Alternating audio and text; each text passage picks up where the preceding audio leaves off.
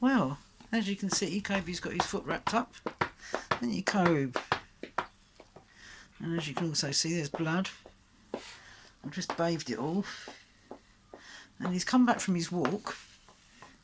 And he's run indoors. And I was talking to the doggy walker.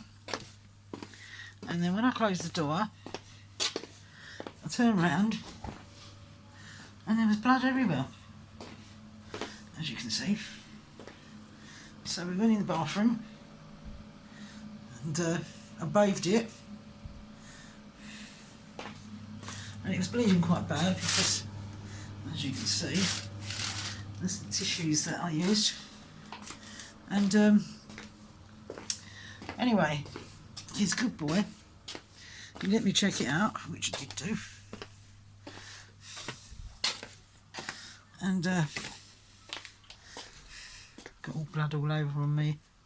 I'm going to disappear carpet. I'm going to jump in there one day and just go.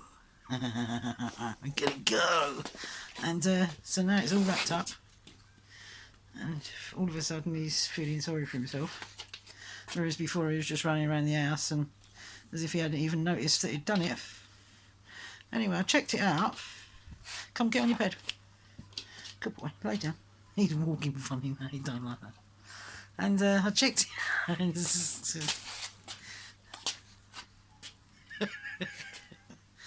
Oh dear. Look, I feel sorry for me, I love you, Mum. And checked it out. And he's cut his paw. So I phoned up Ikmet, his doggy walker, and he said, well, we didn't run in the forest, we only went on the grass. I said, well, to tell the truth, it looks like someone's left glass there. It looks like he's cut it, because it's really clean cut. It looks like he's cut himself on glass. Might have been a sharp stone in the grass, you know, you don't know. Anyway, my other news today, bit of a long one this. You know, I talked to all the homeless people.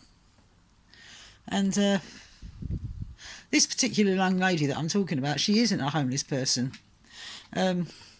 We've got in the UK what's called care in the community, which is where you get someone that's vulnerable. And whereas years ago, they used to go and live in a home, when the government closed all the homes, they did what's called care in the community. And it's supposed to be that someone from the psychiatric unit and a nurse and everyone else looks after them. And they have carers and everything. But the truth of the matter is, Kobe, leave it alone. Kobe. But the truth, I've wrapped it up just to stop it from bleeding. It's not that bad, he needs to go to the vets. Anyway, there's a young girl and she begs outside the shop. She's not homeless. She lives in a flat behind the library that's now been knocked down. But every morning, every evening, I think I might have videoed her at some point, she's always really petite little girl she is. Only a little thing, pretty little thing. And have you got any change, please? Have you got any spare change, please? And anyway, to cut a long story short, I spoke to my son this morning, one of my real sons, and he said to me, he said, you know the girl that... Well, actually, I'd start from the beginning. I went and took Kobe out for a walk, his early morning walk, and the shop opens at 6 in the morning, so I popped over to the shop, got a couple of bits. I wanted a bottle of bleach. And anyway, the shopkeeper said, I said, where's the young girl, like, you know, because she's normally out at crack of dawn, catching all the people going to work. So he said, go and get in your bed, Cope. So he said, do you know, I ain't seen her for a week or so. So that suitcase is full of stuff that's got to go to the charity shop. So he said, don't you know what, you seen her at all? I said, no, I ain't seen her. Anyway, I've come back here, spoke to my son about something, and then Ikmet came and picked the dog up for a walk. Spoke to my son again, and he was telling me that it's all a long story, which I'll tell you in another video, but ironically, it turns out that this girl is related to us through a marriage. It's all a long story, believe me.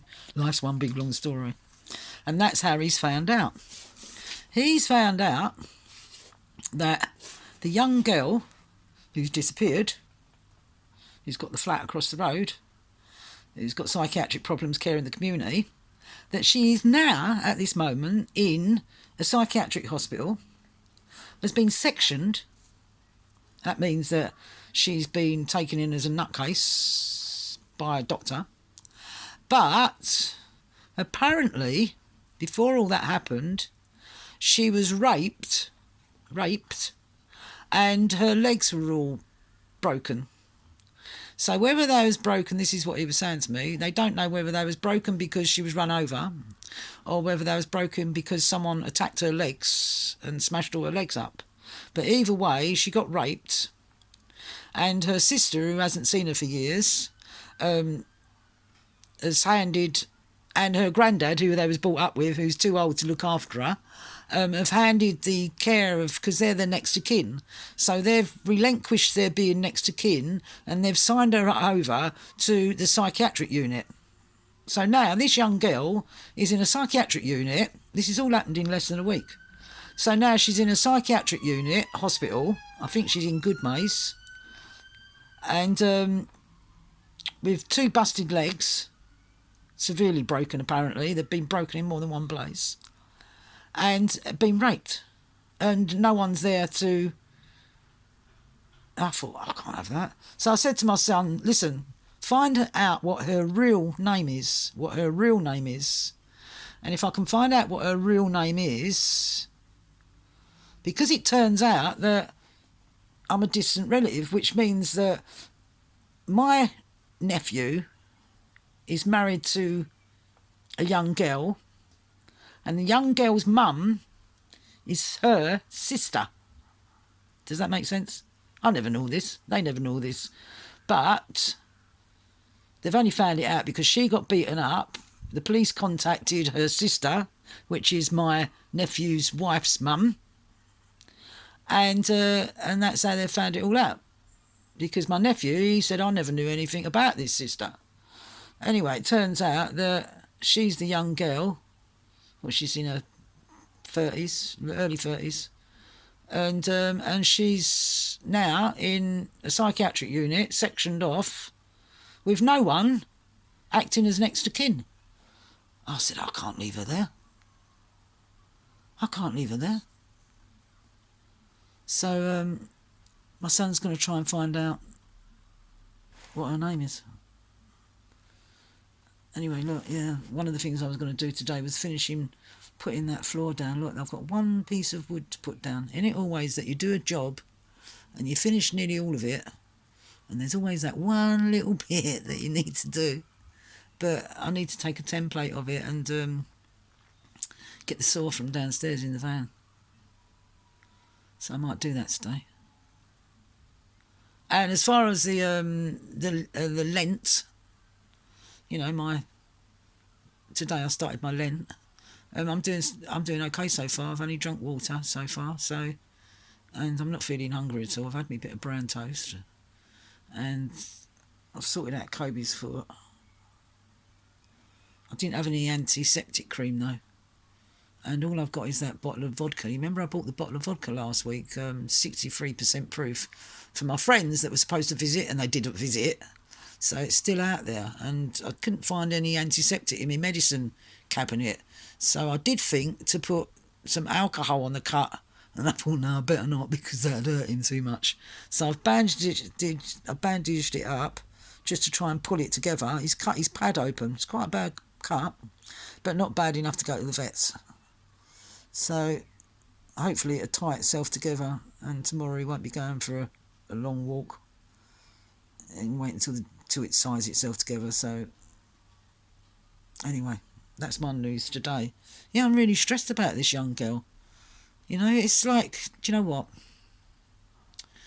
There but for the grace of God go you or I. Really, it is. It really is like that. It really is like that. It's frightening. I mean, last week an Asian family. Well, this is one of the things that's happening in England. I don't know about the rest of the world, but one of the things that's happening in England. Someone knocks on your door, right? You open the door, some young blokes come crashing into your house with knives and everything else, threatening you if you don't give them everything. Last week, Asian family, ladies open the door, and Asian ladies open the door. These two young blokes, black blokes, it's terrible. I was just talking to my friend Patrick, who's as black, and my family's mixed race and everything else, and you know, and most of my friends are not even English, you know, let alone black. I mean, most of them are black. With me and Bushy was sitting the other night saying, do you actually know any white people? And I only know a couple of white people that are my friends. Other than that, they're foreigners or black people or Asian people. But anyway, the ladies opened the front door, two young black blokes. It's terrible, this black on black crime. It's terrible. Two young black blokes have rushed into the house with knives, telling her, screaming at her they want money, have stabbed her. Her son's come, who was not at work that day, has come running down the hallway. They've tried to stab him, stabbed them both in the head and everything. The other son, who was upstairs, came running down. They stabbed him in the neck, killed him. He's bled to death, waiting for the ambulance.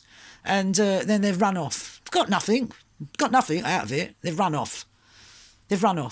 And the lady and the son that have survived, apparently all their hands are all chopped to pieces and they've got stabs in the head and the shoulders and everything. They're lucky that they're alive.